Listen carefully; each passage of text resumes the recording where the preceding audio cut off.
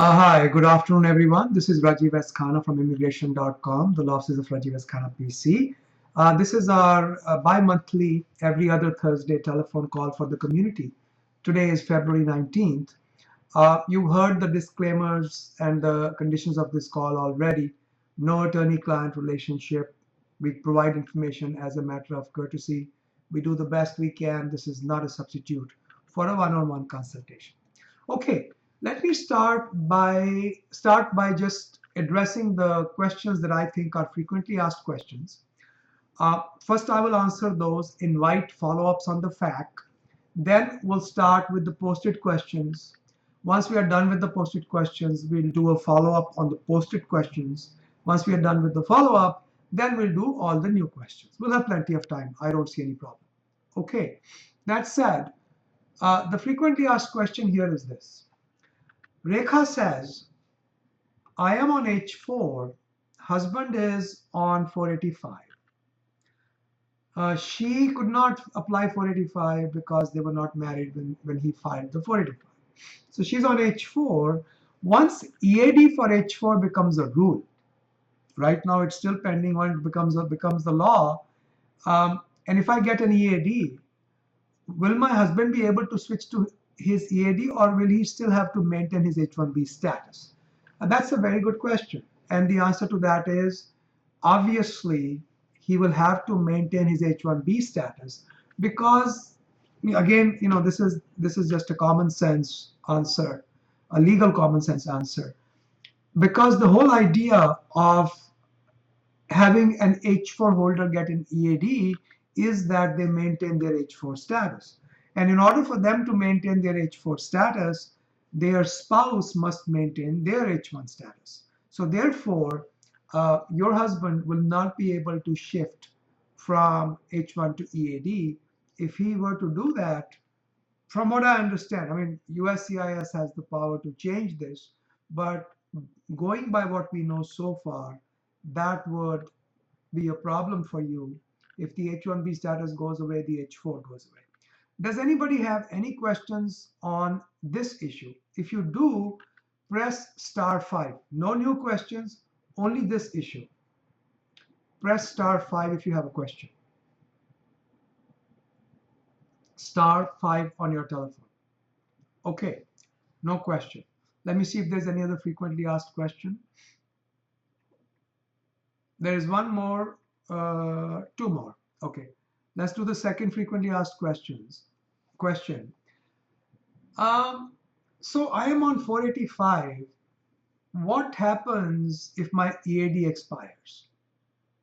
Okay. First of all, you folks need to understand this. EADs are not like H1s. In H1, there is a regulation that says if you file a timely extension of H1 or even L1, many visas are like that, you can continue working for up to 240 days even after your I-94 expires. So there is an extension and a grace period. EADs have no grace period. If your EAD has expired and you have applied for a new EAD, in between you have to stop working. Okay? Because if you continue to work, then you are in violation of status and your 485 can be denied. So the question here is, I've applied for my EAD. What is the current processing time and possibility of getting a renewal before the expiration? Well, first of all, technically, government is supposed to take 90 days or less for the EAD, but they have often been taking more time these days. So there is an expedite possible if the employer explains to the government why there is either a urgent business reason they would lose money, or if you personally have some personal necessity. We've been very successful so far in getting expedites on EADs. Government also realizes that they are behind the curve on getting the EADs approved. So it is entirely possible you can get an expedite. Okay. So next question is, what do you advise regards to continued employment versus unpaid leave of absence. I don't see any problem with unpaid leave of absence. See, the interesting thing is if you are not working and you are getting paid some benefits, for example, your health insurance and all, I don't think that's illegal because that's not an exchange for your work. So an unpaid leave of absence is fine. You don't have to be off the payroll. Okay. Does anybody have any questions that have a follow-up on this EAD issue? If so, press *5. No new questions, only follow-ups on the EAD issue that I talked about. *5 if you have a question.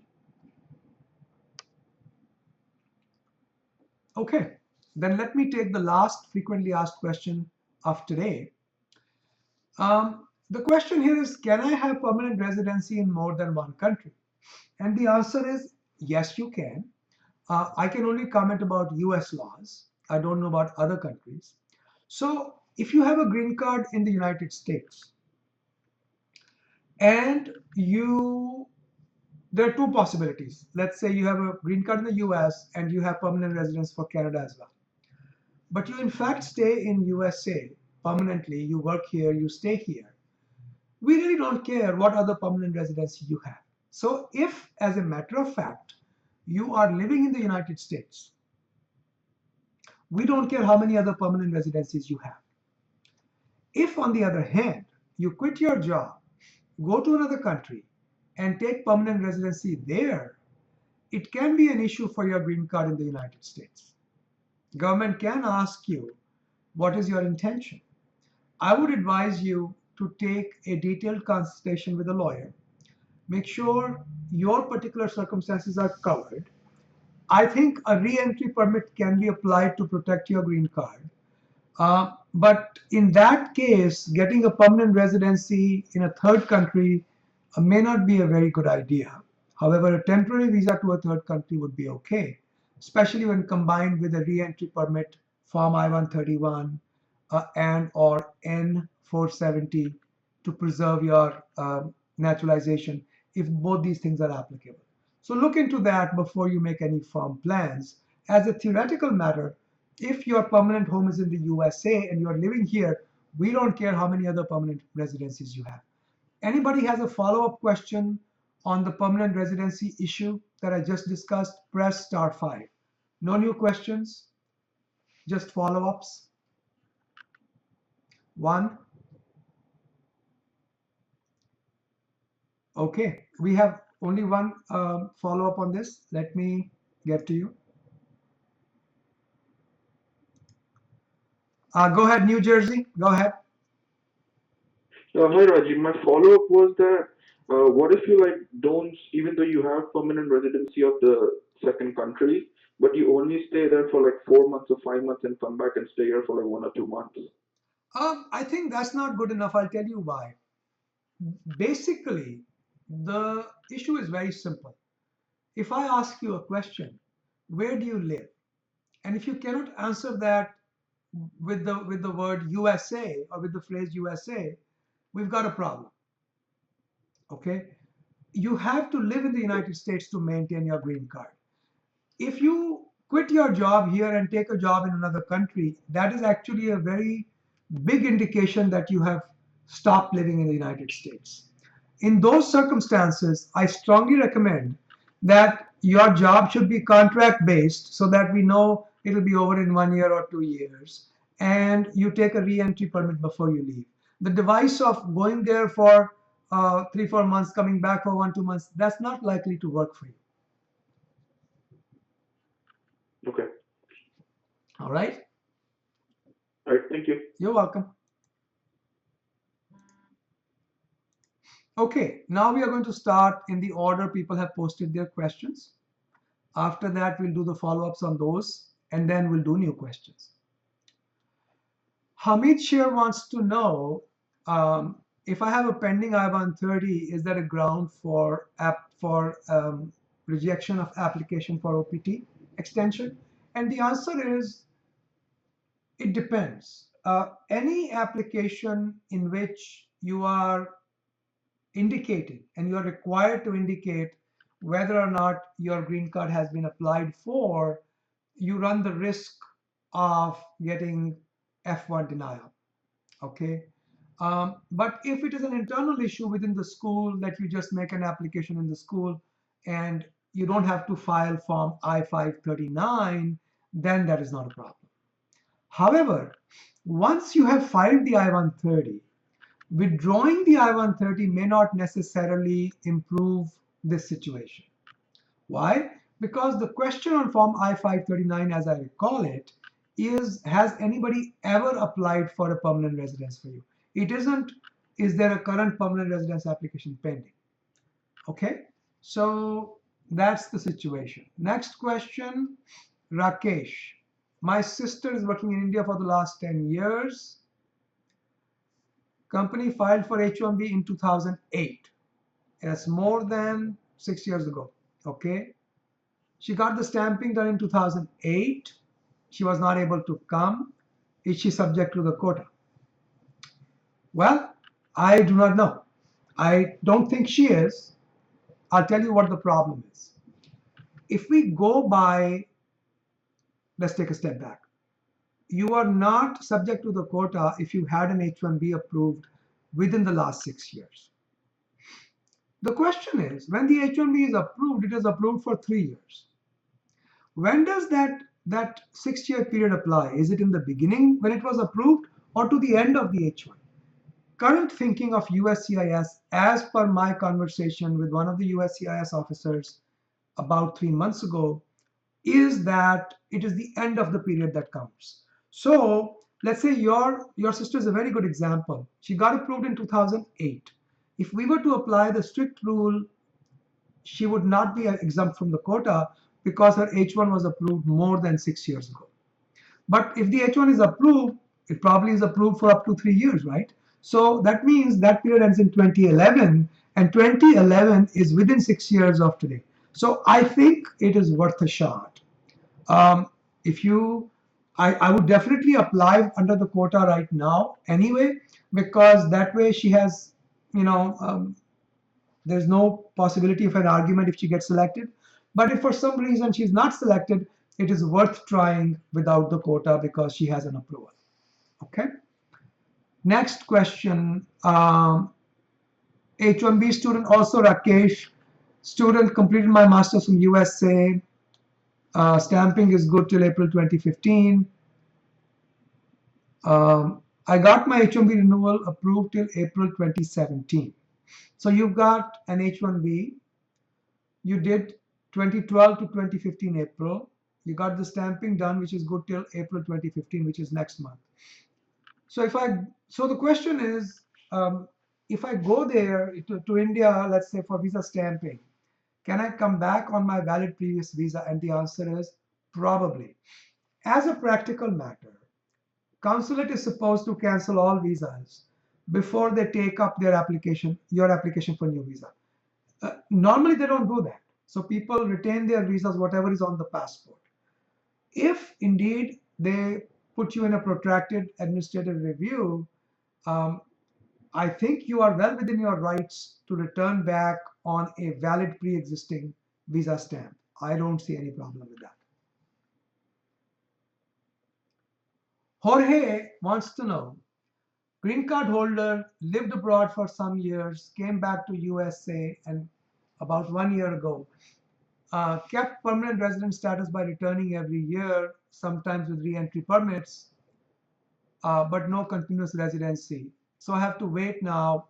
So about your naturalization, Jorge, you may want to do some calculations with a lawyer. Sit down and make sure that, because sometimes if you have a re-entry permit, and even though you've been outside for more than 1 year, you don't have to wait 5 years. You have to wait only 4 years and 1 day. So just do the calculation with a lawyer. What would be the best way to get her a green card? Well, first of all, I think it's a bad idea to get married on a visitor visa because the USCIS can claim that entry on a tourist visa with an intention to get married is fraudulent. So um, I don't think there is any quick fix to your situation unless she independently qualifies for a visa like an H1 or an L1 herself, the only option you have is either to apply as a spouse of a green card holder and takes whatever time it takes, or to wait till your naturalization. Those are the only two options. I would apply now for the under the I-130 and see how much time it takes. Um, because if you become a US citizen, you can upgrade the petition later. But there are no really, really good options for you because you're not naturalized yet. Next question is from Ketan P81. Labor cleared. I-140 under premium processing cleared. You don't have a copy of your I-140 approval. But I have my receipt number. Well, in order for you to carry your priority date forward, usually you don't really need a whole lot. Even the receipt number should be enough. But if I were you, I would go ahead and do a Freedom of Information Act request anyway. It's good to have a copy of your documents. And FIOA doesn't cost you anything. File it. In a month, 2 months, 3 months, they'll give you a copy of your documents. If you are lucky, you might even get a copy of the I-140 approval. Okay. Next question is Shadab underscore 33. Move to a new employer. H-1B transfer is in regular processing. Employer A, the employer that he's moved to, stopped paying me because there's no project. But they didn't withdraw his case. Now he's got a new job with employer B. Shall I place a complaint? Yes. Two reasons. One, employer has to pay you. They can't keep you inactive. They either withdraw your case, fire you, or they pay you the full salary. That's requirement of law. Second, if during the employer B's H1 application the issue comes up, what is your current status? Are you maintaining status? The fact that you have filed a complaint with the Wage and Hour Division of the Department of Labor helps you give an explanation for being out of status. So chances are USCIS will accept that. Next question, F1 visa stamping for wife. She came to USA on F2 visa, did a change of status in F1 in 2013. She does not have an F1 visa stamp, so she will need to appear for an interview. She's currently on CPT. I am very reluctant to advise that you go for visa stamping. So all things considered, I think it's a poor risk for a visa stamping, unless you can demonstrate that the CPT is for a graduate program, that CPT is, and I'm assuming that she got the CPT from the first semester, that the CPT program is integral to the degree. It should say so on the university website. 3, the university has an agreement with the employer that clearly says that, it's usually a one-page agreement that says that the university is sending the student to work there. 1, 2, 3, and the school is or degree is accredited. Those 4 things, then CPT can be neutralized. Otherwise, CPT itself becomes questionable for visa stamping. Okay. All in all, I think you should avoid it if you can.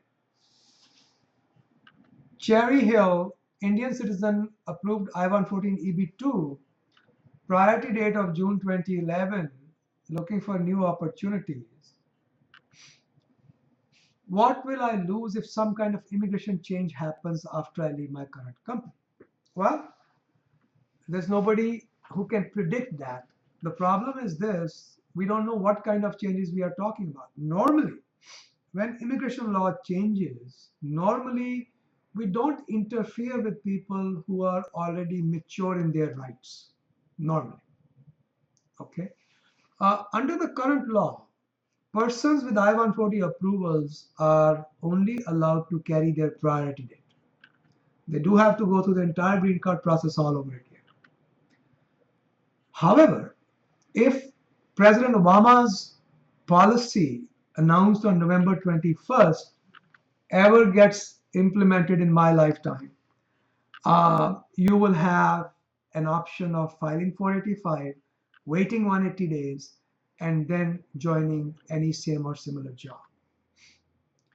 Right now, there is no implementation of the 485 rule.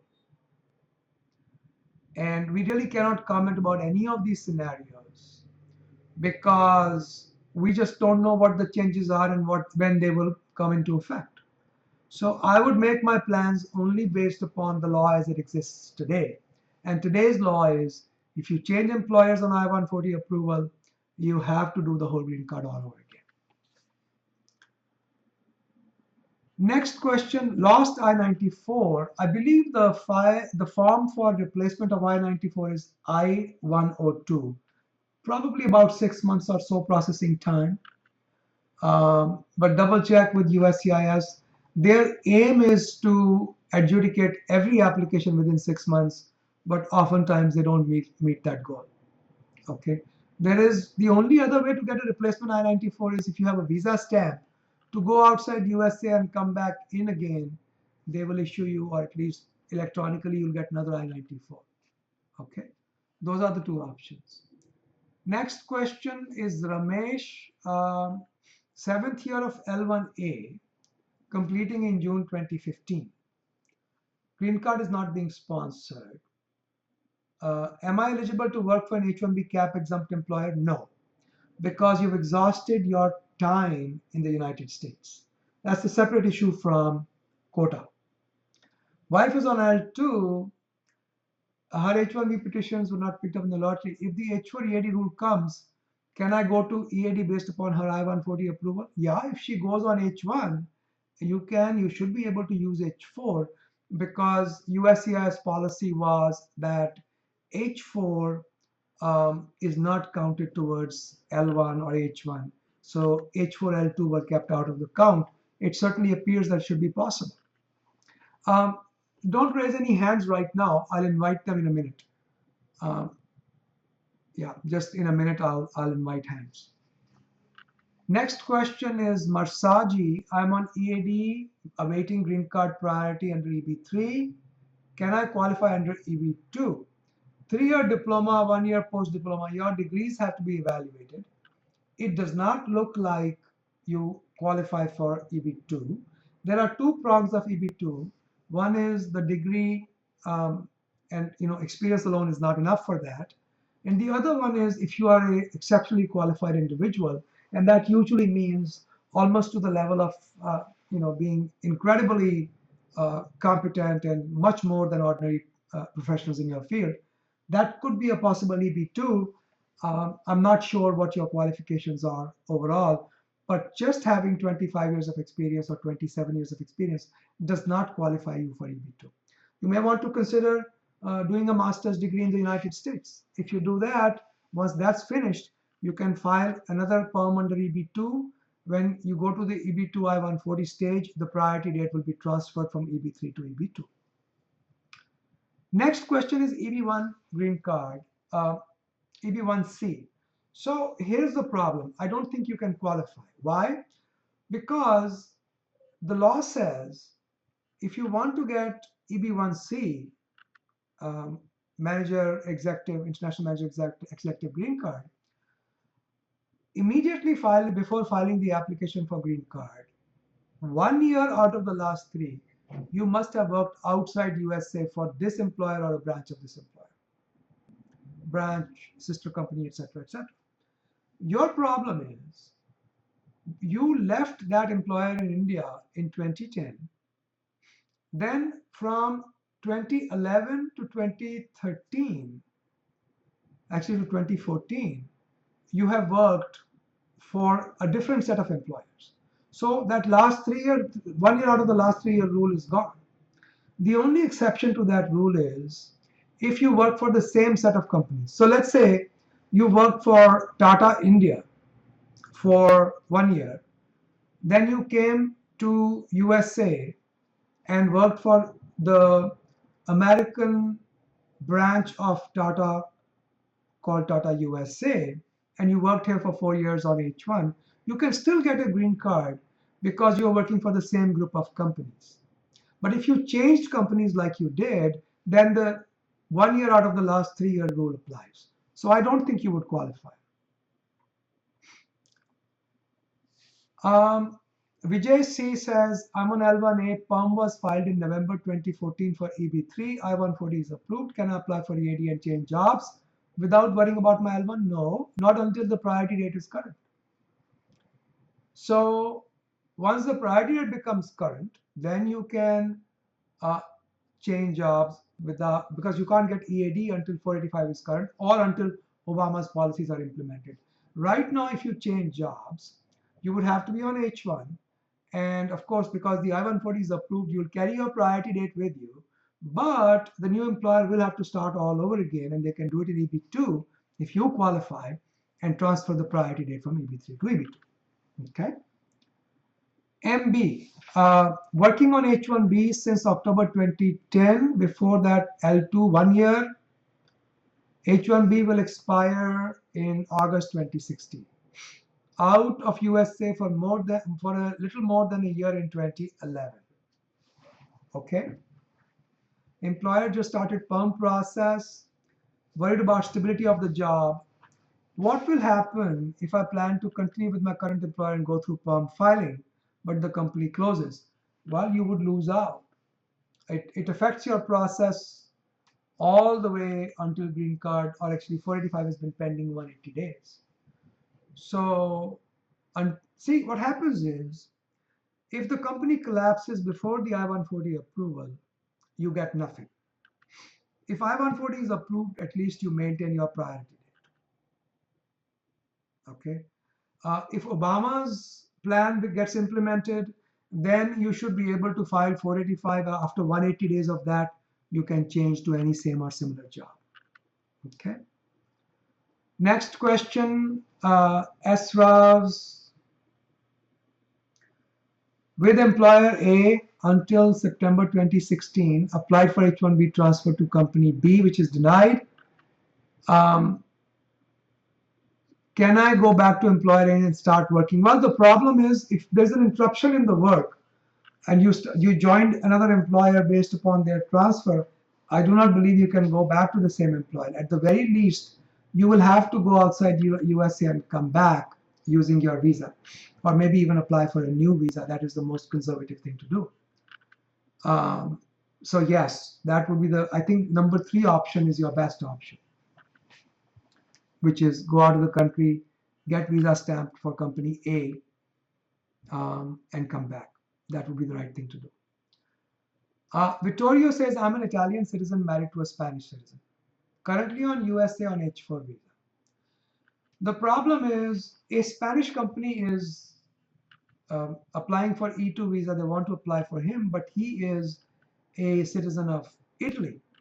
And E2 requires that the citizenship must be from the same treaty country. Unfortunately, Vittorio, I haven't looked at this issue in detail, but I think the problem here is there is no exemption from this rule. Even though you belong to EU, the treaty is between USA and Spain, USA and Italy. It's not between USA and EU. Okay, so therefore, I do not think we have a choice here. Because see, E2s are based upon a treaty, like treaty investor. And the treaty is between country to country. It is not between country and EU. Oh, okay. Anyone has follow-up questions on what I discussed, press *5. There are 2 hands already raised. Any follow-up questions on what I have discussed, press *5. New questions after this, not right now. Only follow-up questions right now, please. 3 follow-up questions. Okay, that one is easy. Let's start in the order you folks logged in. New Jersey, go ahead, please. New Jersey. Hello. Yes, sir. Hello, sir. Yes, sir. Can you hear me?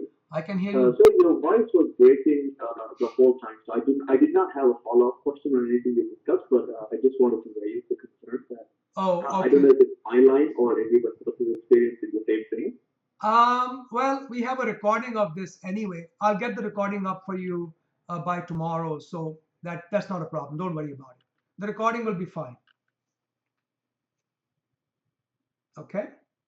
Yeah. So I could not follow you, but you must have answered that it's not a problem with the line. The only point I wanted to raise was that the line is not clear. Okay. Coming out of Let me. the voice is not clear on the phone. I'll ask the next person the same question. What I would suggest is wait until the recording is up by tomorrow. If you still don't understand what I've said, go ahead and send me an email to help@immigration.com. Okay.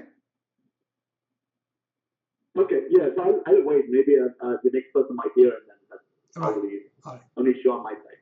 Thank you. Sure.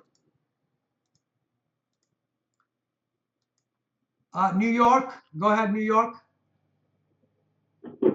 Hi, Mr. Rajiv. I think I had the same issue. After the FAQ question, I couldn't understand a thing. So I really don't know whether my question was answered or not, or what was Okay, then wait till the recording is done. I'm not able to hear you right now. Wait till the recording is done. If we still have a problem, send me an email to help@immigration.com.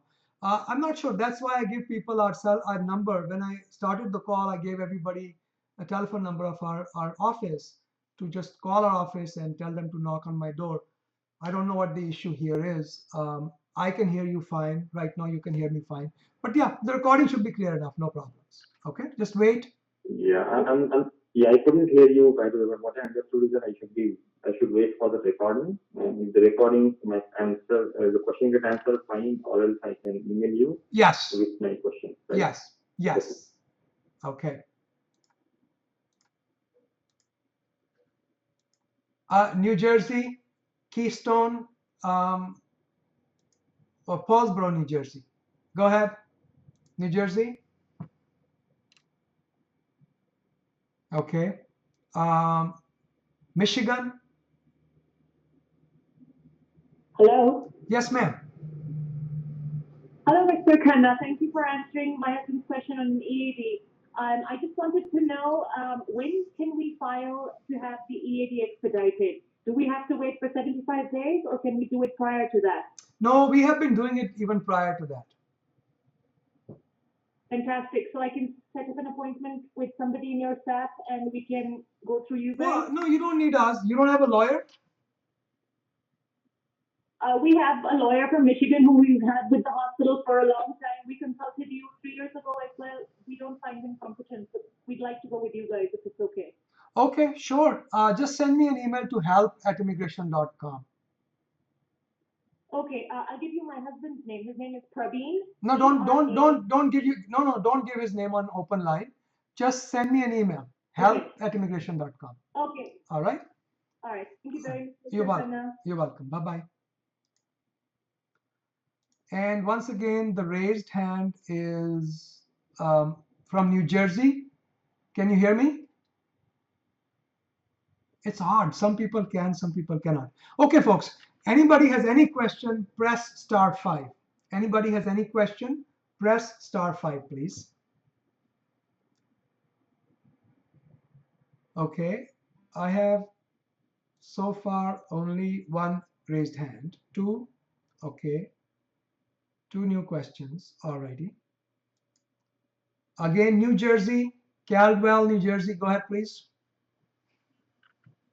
Hello, Mr. Khanna, now I can hear you clearly. I had a problem before, but now I can hear you. Okay. The question I had is actually a threefold question. I currently have EAD based on my pending I-485 application. So I have two questions in this regard.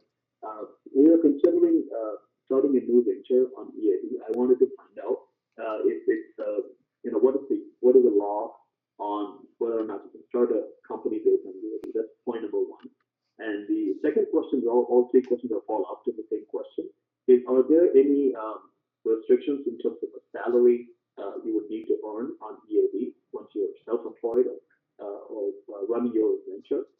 It's not always possible to earn the same amount of money, at least in the initial stages of the venture. So I just want to get a clarification on the law of what the law says on that side.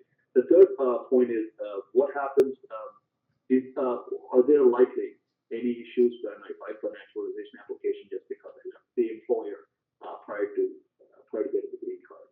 And so within that, just wanted to let you know that I've been with my employer for about 5 years, ever since I filed for the green card. So I've been with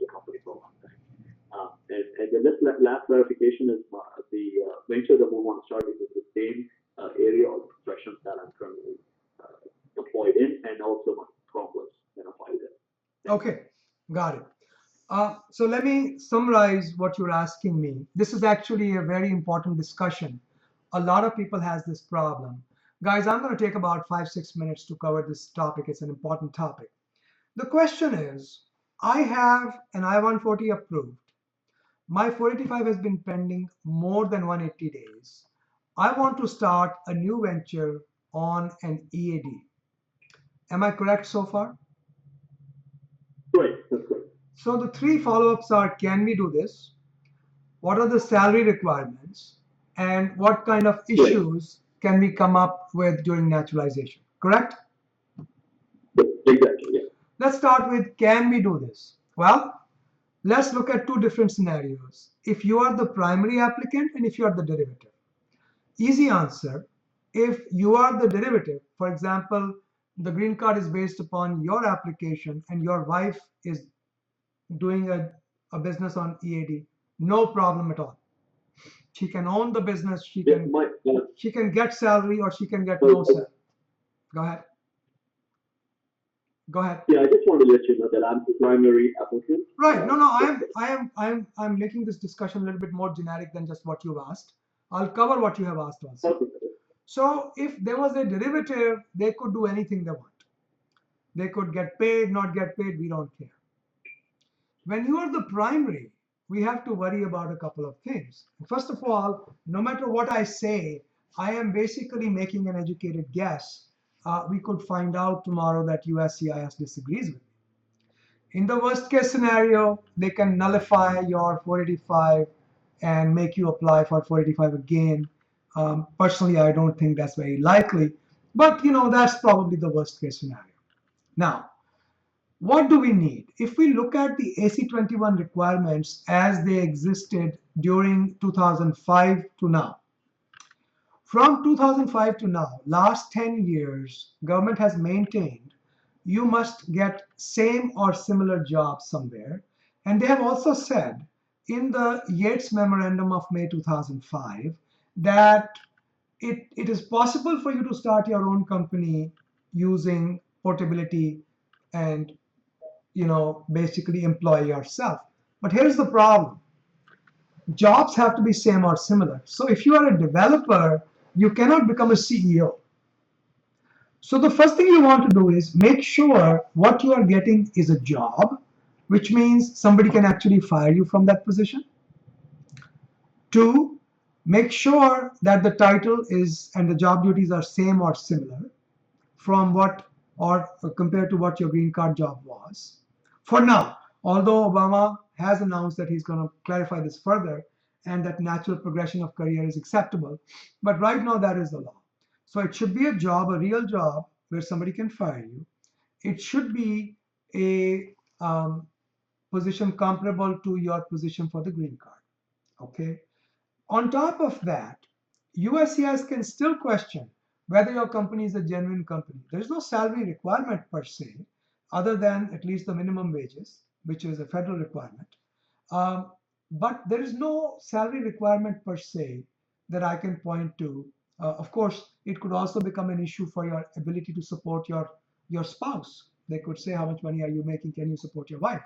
So that could be an ancillary issue. These are some of the things that we are thinking of.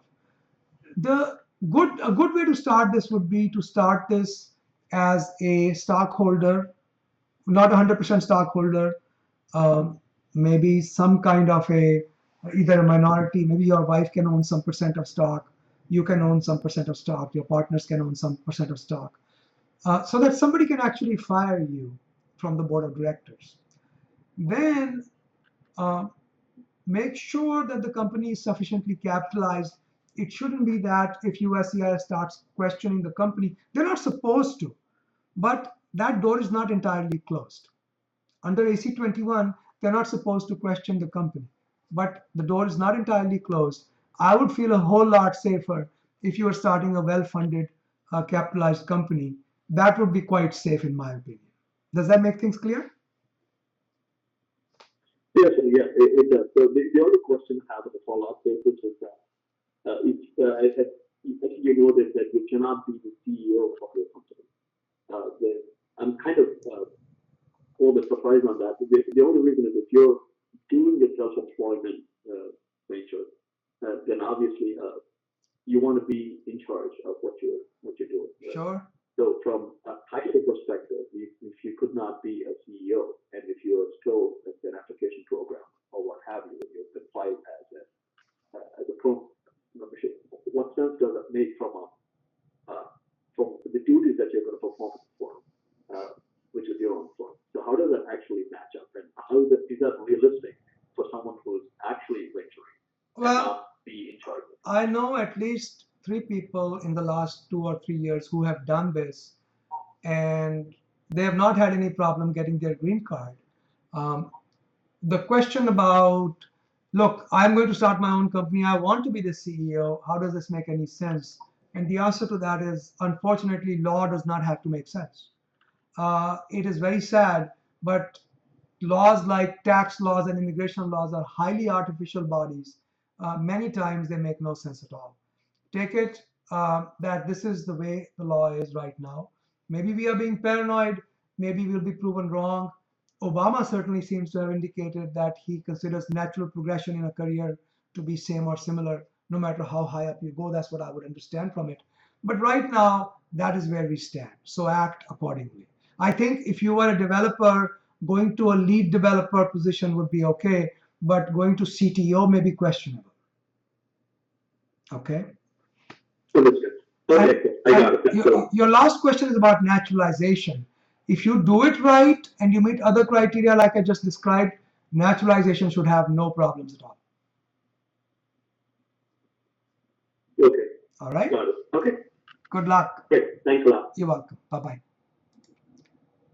And the last question of the day, let's try again. I tried this before. New Jersey, go ahead. New Jersey. Hello? Yes, sir. Hello? Yes, sir. Sir, this is about question number 10. 10. I wasn't able to hear you properly. So can you please answer the first part of the question? Well, I have made a recording. I'll do it this one time, but I'm not going to repeat all the answers because they are recorded. Sure. I just Looking for new opportunities. And my answer to you was very simple. I don't know what will change. You should make all your planning according to the law as it stands today. Tomorrow, nobody knows. And typically, if you have mature rights, they will not be disturbed by the government, typically. So whatever you plan according to today's law, forget about tomorrow. Okay? Okay. Okay. Good luck, sir. Thank you. You're welcome. Okay, folks, before I hang up, last call. Anybody has any questions, press *5. Anybody has any questions, press *5. Very good. Looks like we're all done. Good talking with all of you. I will see you in 2 weeks. Every other Thursday at 12:30 p.m. Eastern Standard Time, we host free community conference calls. Everybody is welcome to join. Some people post questions ahead of time. You can take membership in our forums. All of the details are there on our website, immigration.com. You can take membership ahead of time, and it's instantaneous. It happens right away. And post your questions beforehand, or you can just log in. The phone number and all are provided: 202-800-8394, 12:30 Eastern Standard Time every other Thursday. We have free apps for both Apple iOS platform for your iPhones and iPads, as well as for Android. Just look for immigration.com, the period dot, and the application should show up.